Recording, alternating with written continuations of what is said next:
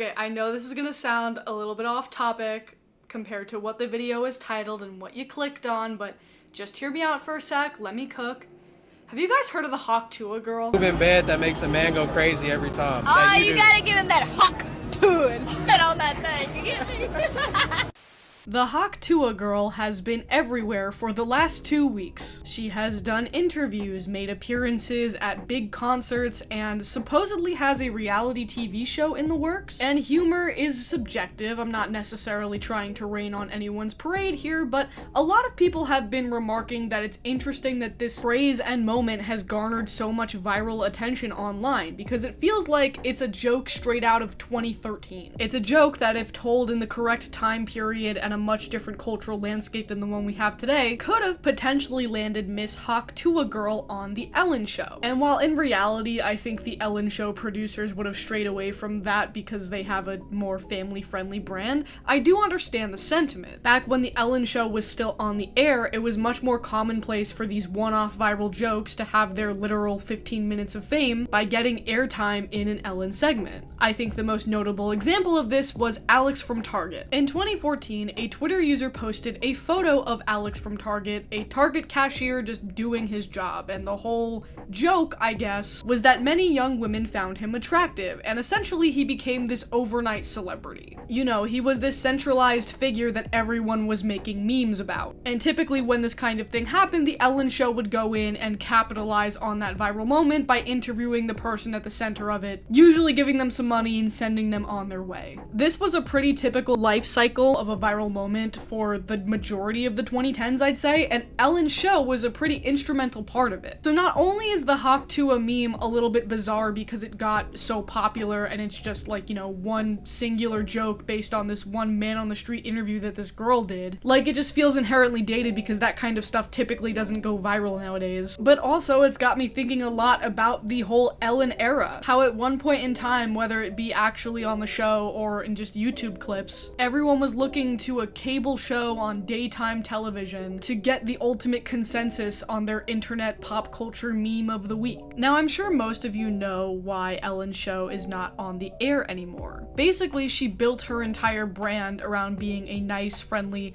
and positive, upbeat comedian, and that energy was supposed to be reflected on her show. However, a series of backstage reports and on-air gaffes suggested that Ellen as a person behind the scenes was truly not as kind and nice as she portrayed herself to be. There were allegations of a toxic work culture on The Ellen Show, and rumors that Ellen herself was not super pleasant to be around. The biggest sort of ongoing open secret around the time on that set was that nobody was allowed to look Ellen in the eye unless they were directly speaking to her. I do know at least one person who worked on the show who could confirm that that was true, that was like a real thing. Shortly after some of these articles came to light about the toxic work culture on the show in particular, Ellen did address those allegations to her staff directly, apologizing for any sexual harassment, racism, inappropriate actions that took place under her watch, and implied that she actually really didn't know about what was going on. But regardless of whether or not that statement was accurate, it appeared that the damage had already been done, with The Ellen Show ending its run in 2021. As far as the allegations timeline, that is pretty cut and dry to me. Like, people lost interest in the show because they lost trust in Ellen as a person. But what's more interesting to me is the sort of cultural unpacking that The Ellen Show has allowed people to do over the years, mostly Gen Zers, you know, people who didn't even watch the show in its prime. So narratively, I know this is the part where I'm supposed to play you the Dakota Johnson "That's Not the Truth" Ellen clip, but that video gives me so much secondhand embarrassment that I would rather tear off my own skin than have to listen to that sound being played like a million times while I edit this. So instead of doing that, I'm just gonna tell you what happened. Basically, the story goes that a couple of years ago, Dakota Johnson was on The Ellen Show, and Ellen opened the interview by wishing Dakota Johnson a happy belated birthday and said, you know, jokingly that she would have gone to Dakota's birthday party had she been invited. During this interview, Dakota Johnson corrected the record, saying that she actually did invite Ellen and that Ellen did not show up. This happened in 2019. It is often cited as the inciting incident for the downfall of Ellen because most of the allegations came out about her in 2020. And maybe that's true, maybe it's not, but I think what this really incited was just how antithetical Ellen's humor was to younger audiences. Ellen has this style of joke she uses where she'll employ like a self-deprecating statement about herself in an attempt to like disarm the other person and make them feel kind of bad. So for example, Ellen's joke to Dakota here was, oh, I wasn't invited to your birthday, I'm not cool enough to be invited to your birthday. And instead of being like cut down or disarmed by that, Dakota was just like, girl, fuck you. Another one that I've seen recently has been people commenting on TikTok of like older clips of the Ellen show where she would scare people. And you know, people would remark that this is actually pretty mean to do to a guest on your show, especially if they've expressed before that they don't like being scared. And back then, that was the joke, whereas today that is seen as like an expressed violation of a person's boundaries if they tell you that they don't like when you do something to them, and then you just say fuck you and continue to do it. And I think another issue here was that Ellen was somewhat in the zeitgeist of younger audiences because her team was so attuned to like bringing on the viral stars that were like blowing up on the internet. And so she was just always around, but like, you know, she's a white woman in her 60s. And the actual audience that were like, you know, coming out to see her daytime recordings were white women in their 40s and 50s. And I think retroactively, a lot of people my age and younger consider her comedy super corny. But there was almost this spell cast over us in 2013 and 2014 where wholesome cringe comedy was like the norm and doomerism hadn't like infiltrated the minds of every American under 27 yet. I talked about this a little bit before in my Lin-Manuel Miranda video, but I have like a theory that this is somehow subconsciously tied to the Obama administration. Like culturally, everybody was sort of walking around in this pacified daze, and then 2016 happened and it broke everybody's brains and activated some sleeper cells, and now things aren't funny unless they're buried under 25 layers of irony, or they're like nonsensical deep fried shitposts. And don't get me wrong, I prefer that. I'm just saying that like I'm actively able to point out that pattern. And of course, if you're like, oh, I wasn't susceptible to this, I always thought like 2013, 2014 humor was cringe. Let me ask you about the Ellen selfie. The Ellen Oscar selfie of 2013. Did you like it? Did you retweet it? Because I'll be honest, I did. I participated in the meme. But looking back on it, it's like, what was funny about that? There was no meme. The joke was, it's a selfie, and a bunch of famous people are taking the selfie. Why? Now, let me get into the more like present day piece of this, which is that Ellen is currently on a stand-up comedy comeback tour, I guess you could call it. And there are no videos of this, of course, because comedy shows are a little bit more strict with that nowadays. And in one of these shows, it appears that she addressed these allegations head on, joking that she got kicked out of show business for being mean, and that at times she was a demanding, impatient, and tough boss, but she was never actually mean. After the set, she reportedly did a Q&A with the audience, where she said that after the taping, recording, and release of her Netflix special, which is anticipated to come out later this year, we're never going to see her again. She's done with show business. This is so hard, but I think I've realized that I can't even say the word.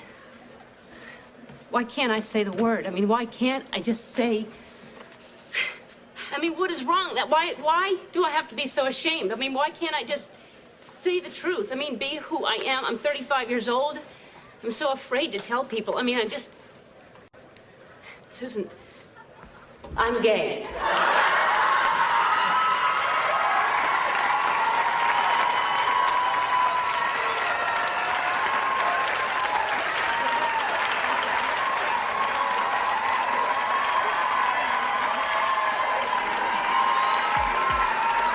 So I regret to inform and remind everyone that this is quite literally a historic moment in pop culture history. Like, I'm not joking, this paved the way for so many LGBTQ people in media to publicly come out, for representation on television and in other forms of media to be, like, okay. And I do want to make it deliberately clear for the people who are going to try to misinterpret me anyway, that I'm not saying that Ellen DeGeneres is single-handedly responsible for the advancement of LGBTQ rights in America. If you want more information on the Black and brown trans people who actually did that, there are educational resources in the description for you down below. I am also not saying that Ellen's coming out moment inherently absolves her from any wrongdoing that went on during the Ellen Show era. You can make history and still be a shitty person. What I am more interested in is the fact that I feel like Ellen's quote-unquote cancellation was so swift. Like, people were almost waiting for it, you know what I mean? And like, maybe that is just. Maybe that is how we should be handling things. But I also understand why she is seemingly so bitter about it. because there are other people in the television industry who probably should have also received that same treatment. Now, it wouldn't be a Kayla Says video if I didn't ask the age-old question. Say it with me, everyone.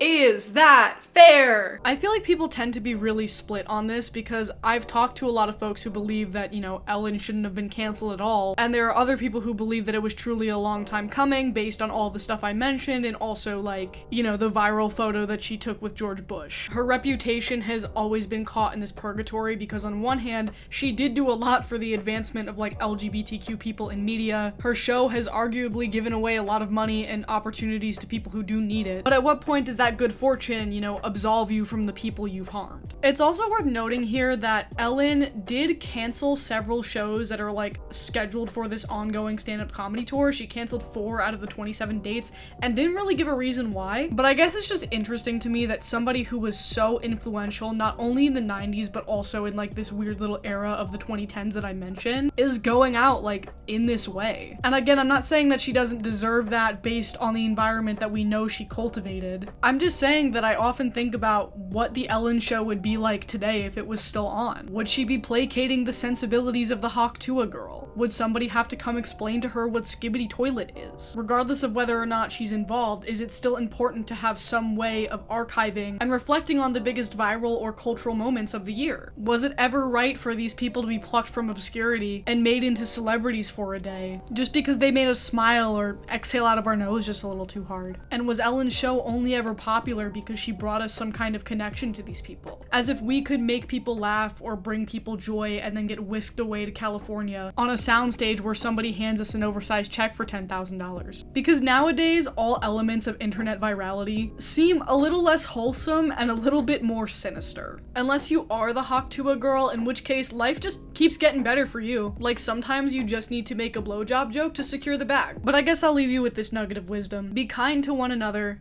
especially if you're in a situation where you have to be kind to Dakota Johnson. I have yet to follow this advice, but maybe one day I will. Thank you so much, you guys, for watching. In case you missed the announcement, I have officially declared the month of July to be fan service month, which means basically I am going back and going through all of the most highly requested topics in the last year or so and delivering on those videos, and Ellen was certainly on that list. So go to my community tab if you want to check out what else is coming up this month, and you can also connect with me at all the social media listed in this beautiful link tree, which can be found in the description down below. Thanks so much, and I'll see you next time. What is your favorite celebrity interview moment? And, how was the party? I wasn't invited. Actually, no, that's not the truth, Ellen. You were invited. Well, I didn't even know you liked me. Of course I like you. You knew I liked you. You've been on the show many times, and don't